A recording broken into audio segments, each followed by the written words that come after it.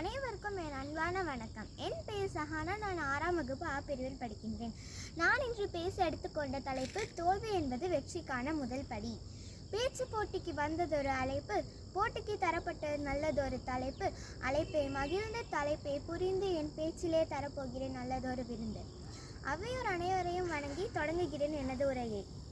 தோல்வி என்பது வெற்றியின் முதல் படி என்பது வெறும் வாசகம் அல்ல, அது வாழ்க்கையின் அடிப்படை உண்மை.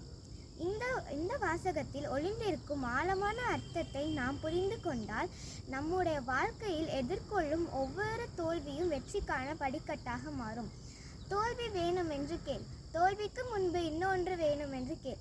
வாழ்க்கையில் ஏமாற்றங்கள் வேணும் என்று கேள், ஏமாற்றங்கள் தோல்விக்கு உன்னை தயார் பண்ணும்.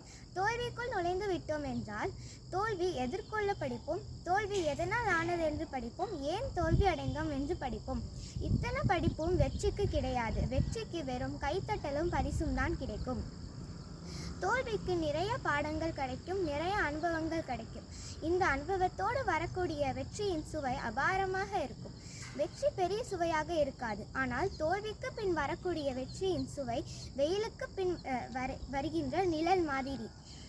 அந்த தோல்விகள் ஊடாக ஊடாக ஊடாக நாம் வெளியில் வரும்போது நம் தோளுக்கு வலிமை வரும், நம் மனதுக்கு வலிமை வரும், நம் உணர்வுகள் எல்லாம் உரம் பெறும்.